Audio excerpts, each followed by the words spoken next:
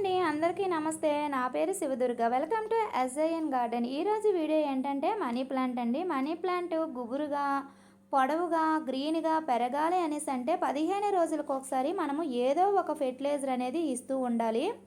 బియ్యం కడిగిన నీళ్ళు ఇచ్చుకోవచ్చు. తర్వాత ఏంటంటే మనకి బ్రూ ప్యాకెట్ ఉంటుంది కదా, ఆ బ్రూ ప్యాకెట్ని వాటర్లో కలిపి ఇచ్చుకోవచ్చు. అండ్ నెక్స్ట్ ఏంటంటే ఎప్సమ్ సాల్ట్ని వాటర్లో కలిపి మనం స్ప్రే చేసుకోవచ్చు, మొక్క మొదట్లో వేసుకోవచ్చు. అలాగే ఈ బీట్రూట్ ద్రావణాన్ని కూడా మనం ఇచ్చామంటే మనకి బుషీగా గ్రీన్ కలర్గా పెరుగుతుందండి. ఎప్సమ్ సాల్ట్ ఏవైతే పోషకాలు అనేవి ఉంటాయో ఈ బీట్రూట్ ద్రావణంలో 10 రెట్లు అధికంగా పోషకాలు అనేవి ఉంటాయండి.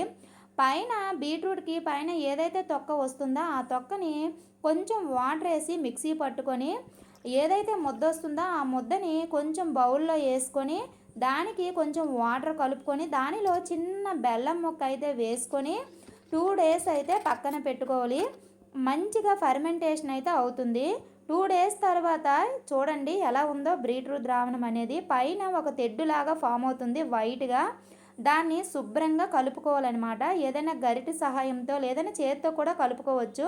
కలుపుకొని ఎంత మోతాదులో మనము ఇచ్చుకోవాలి అనేసి అంటే మన మొక్కలకి 1:2 రేషియోలు అనేది మన మొక్కలకి ఇచ్చుకోవచ్చు. అంటే ఒక వంతు బీట్రూట్ ద్రావణం, 2 వంతుల వాటర్ అనమాట. అంటే ఒక గ్లాసు బీట్రూట్ ద్రావణం, 2 గ్లాసుల వాటర్ అనేది వేసుకొని శుభ్రంగా కలుపుకొని ఆ వాటర్ని మన మొక్కలకైతే పోసుకోవాలండి.